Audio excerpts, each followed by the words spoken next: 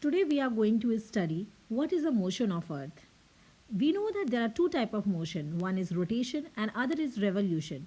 What is rotation? Rotation is movement of earth on its own axis, that is rotation, and revolution is movement of earth around the sun. If this is a sun, then this is the earth, and the movement of earth around the sun is revolution. Now we'll see what is axis. When you see earth is tilted on its axis, and that too at one particular degree. See, so this is axis. Axis is the point around which the earth rotate. Okay, so if we see the through from the vertical line, the angle which this axis makes is around 23.5 degree. If we see from the orbital plane, this is the orbital plane. Okay, if we see from the orbital plane, the angle which it makes is 66.5 degree. Okay, so the axis of the earth, which is an imaginary line, makes an angle of 66.5 degree with its orbital plane. So what is orbit? If this is the earth and this is the sun, then orbit is the path around which earth revolves. Okay, so when you see, and it is tilted on its axis, and so the plane which is formed by the orbit, the plane, if you see the plane which is formed by the orbit is known as the orbital plane. So earth receives the light from the sun. This is the earth and it receives the light. Okay, it is receive the light from the sun. Due to the spherical shape of the earth, only half of the earth gets the light. Okay, only half gets the light, and the portion facing the earth experiences the day, while the other half experiences night. The circle that divides the earth into from night on the globe is known as a circle of illumination. See this diagram. This is the sun, this is earth.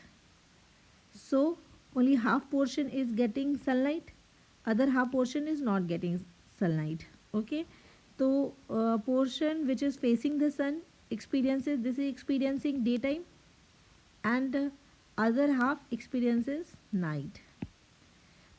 Now this is the circle which divide the day from night on the globe, and this is called circle of illumination.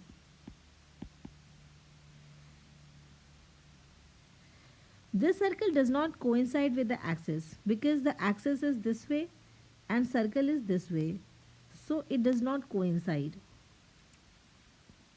How much time does the earth take to rotate? It takes 24 hours to rotate on its own axis, and the portion of the rotation is known as the earth day. This is the daily motion of the earth. So now see this diagram.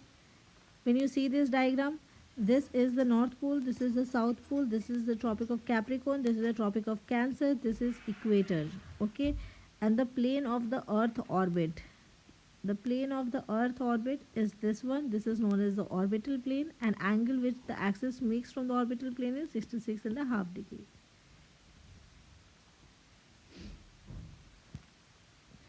Think of a time when earth will not rotate, earth is static. Then what will happen? This earth is not moving on its own axis, only this is revolving. Okay, so the portion which is facing the sun will always be in daytime, and the other will always be at night. So the portion which is facing the sun will have a will be warm, and the other will be extremely cold. So the portion of the earth facing sun would always experiences day, and thus bringing continuous warmth to the region, and other half that remain in the darkness and the freezing cold at that time. The life would not have been possible in such extreme condition. Now moving to the second motion, that is known as revolution. Revolution of the earth, that is movement of the earth around the sun on a fixed path that is called orbit is known as revolution. It takes around 365 days to revolve around the sun. So now think of 1/4 day. 1/4 day means out of 24 hours, 4 that is 6 hour. Okay, in 4 year this will complete 24 hour.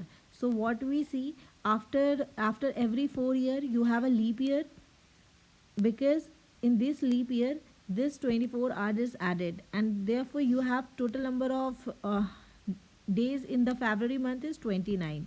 In order to compensate that, we have continuous, that is 3 year we have as a normal year with 365 days, and the fourth year is a leap year having 29th day in February month, and total number of days in a year becomes the 366.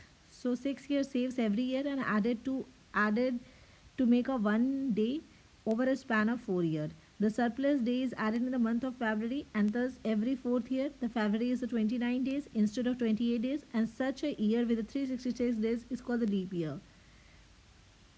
It is clear that the earth is going around the sun in the elliptical orbit. I have already spoken what is the orbit.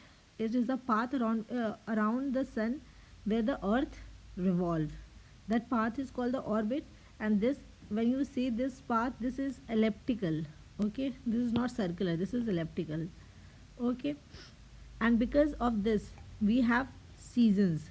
So because of rotation, what you are having, you are having day and night, and because of revolution you are having seasons. So remember that. So year is divided into, now what are the how many seasons are there? You are having summer, winter, you are having spring and autumn season. So now the position of the earth around the sun will make which seasons you are having. So we'll start from, that is on 21st of June. We'll start from 21st of June. Now see this. This is the earth and this is tilted. Okay, so the northern hemisphere is tilted toward the sun. So it is sunlight is directly on the Tropic of Cancer. So on 21st of June you will say that the sun rays are directly falling on the Tropic of Cancer, as the north pole is tilted toward the axis is northern axis is tilted toward the sun. So this region is experiencing this summer. Okay, on 21st June the northern hemisphere is tilted toward the sun. The ray of sun directly fall on the Tropic of Cancer. As a result, these areas receive more heat. The places near the pole receive the less heat, as the ray of the suns are slanting. Since the rays are slanting here, so here receives the less heat and here receives the more heat. Okay. The northern pole is inclined toward the sun, and places beyond the Arctic of Cancer experiences continuous daylight for almost 6 months.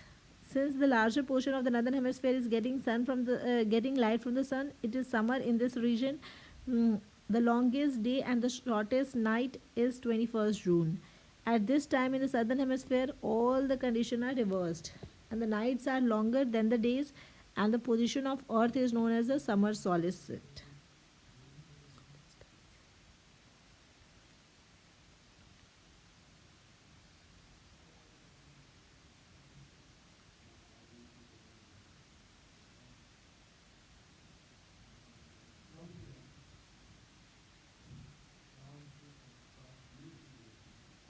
Now on 22nd December,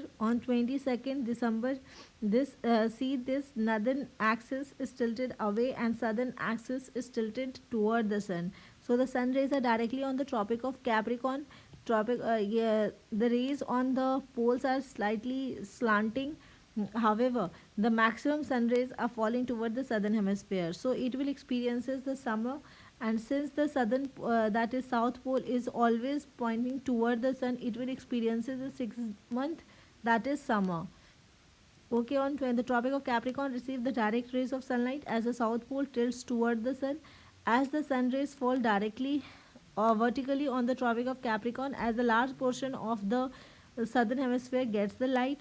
Therefore, the summer in the southern hemisphere with the longer days and the shorter night. The reverse happen in the northern hemisphere, and this position is known as the winter solstice. On 21st March and September 22. On 21st March, see this. On 21st March, this has moved to this place. Okay, now what is happening is that sun rays are falling. Okay, and it is falling evenly on the all the axis. Okay, southern pole and northern pole both are getting the sunlight. Direct rays of sunlight fall on the equator. Here directly falls on equator. So all the position, neither of the pole is tilted away from the sun, and so the whole earth experiences equal day and night. On 23rd of September, on 23rd of September, the autumn season in the northern hemisphere and spring season in the southern hemisphere. The same is in the case.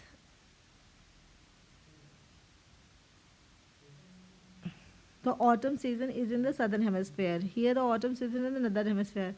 So, the autumn season in the northern hemisphere and spring season in the southern hemisphere. With this, we have come to the end of the chapter Motion of Earth.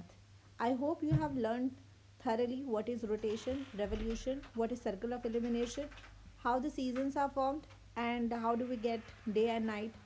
So, I hope you are thorough with this chapter. If you have any doubt, please comment and do let me know. I'll explain it again. Thank you.